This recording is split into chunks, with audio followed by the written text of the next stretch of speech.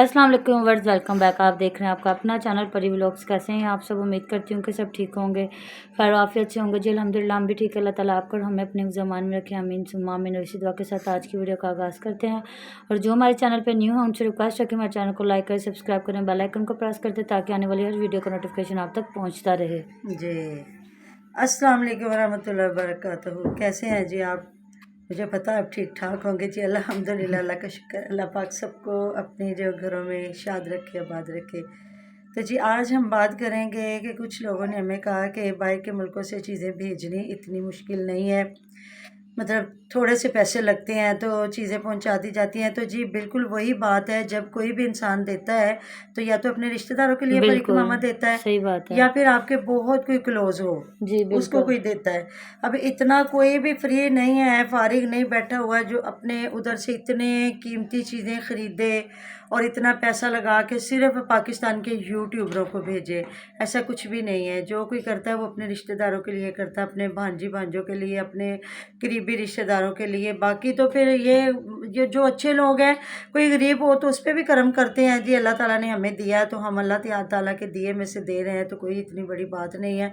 तो मुझे नहीं लगता जिस तरह ये लोग इतने बड़े बड़े बोरे खोलते हैं या इतने बड़े बड़े पाकिस्तानी शॉपरों में से निकाल निकाल के दिखा रहे हैं, कोई जूतियाँ दिखा रहा है, कोई कुछ दिखा रहा है, कोई कुछ दिखा रहा और है। तो मम्मा साथ में जितने हमारे बाहर बहन भाई रहते हैं, हमारी वीडियोस देखते हैं, तो वो सब लोग हमें कमेंट करके बताएं कि वहाँ बाहर से चीज़ें भेजनी ज़्यादा मुश्किल है या नहीं।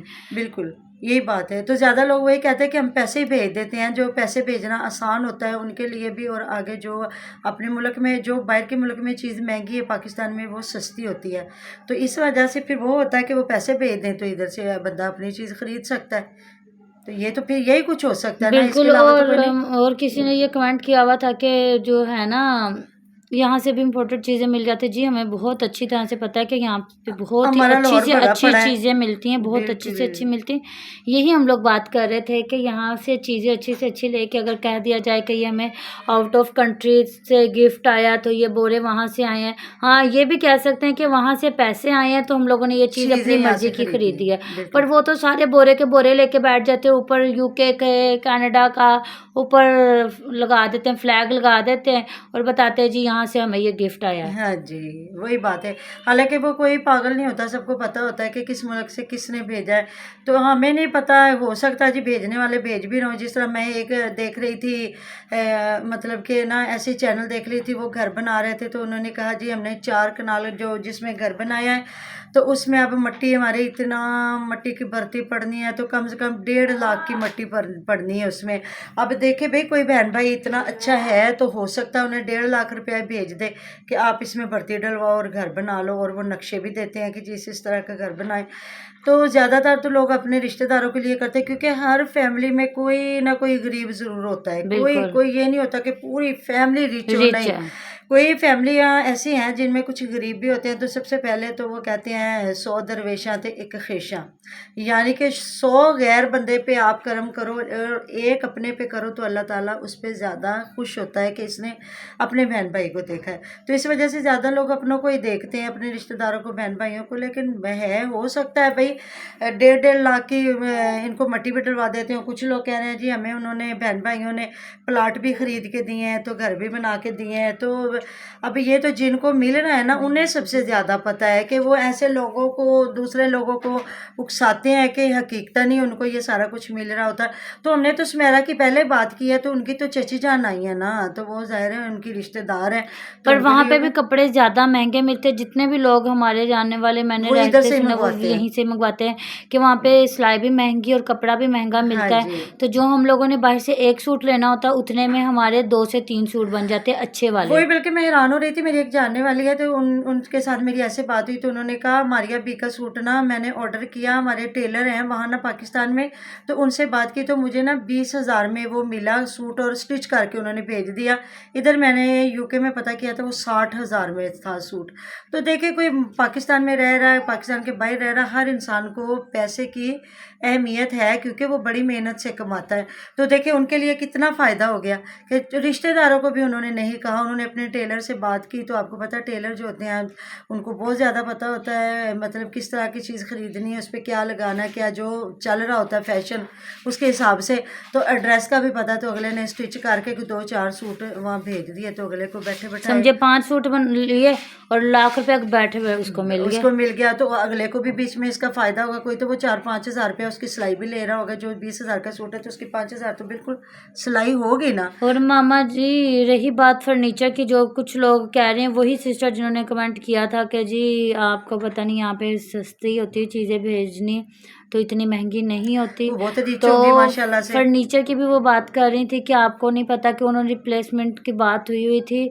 तो मेरी प्यारी सिस्टर, आप पाकिस्तान से, मुझे लगता है नहीं, अगर आप 2.5 साल पाकिस्तान में से कौन सी होती होती ना है। तो आपको पता चलता यहाँ पे जो हो रहा है आजकल। हाँ जी। यहाँ पे जो लोग अपनी मजबूरी के तहत बहुत से ऐसे काम हो रहे हैं, जैसे कि मोबाइल में आपको छोटी सी मिसाल दे देती हूँ कि जैसे आप मोबाइल लेने गए ना, किसी को पैसों की ज़रूरत है, हमारे यहाँ पे किस्तों पे चीज़ें मिलती हैं, शायद किसी को पता हो किसी को ना पता हो, जैसे इंस्टॉलमेंट, ठीक है, वो चीज़ें मिलती हैं। तो जैसे मतलब 50 हज़ार की चीज़ उन्हें 70-80 70 हज़ार में मिलती है। 80 मतलब 50 हज़ार वाला मोबाइल उन्होंने 80 हज़ार रुपये का लिया और उनको किस्त देनी होगी 5 हज़ार या 10 हज़ार महीने का, और वो उसी टाइम मोबाइल लेके और बेचते उसी हैं। शॉप वाले को वो मतलब 50-70 हज़ार का मोबाइल लिया ना तो उसी को 80 हज़ार का बेचेंगे, जी। ठीक है। उनको 10, जो शॉप वाले 10 हज़ार उनको उधर से बच गया, और 50 हज़ार वाला मोबाइल उन्होंने 70 हज़ार का पहले बेचा, हाँ जी।